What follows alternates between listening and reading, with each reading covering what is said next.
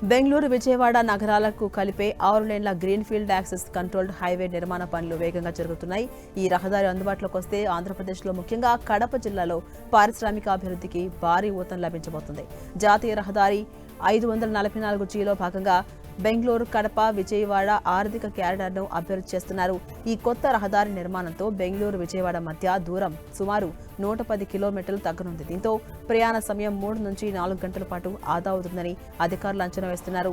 ఈ మార్గం బెంగళూరు, హైదరాబాద్, చెన్నై, విజయవాడ మార్గాలు అనుసంధానం చేస్తుంది.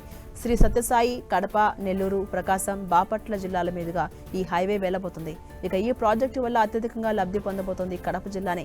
జిల్లాలోని 12 మండలాల మీదుగా సుమారు 123.5 కిలోమీటర్ల మేర ఈ రహదారి నిర్మాణం జరుగుతోంది.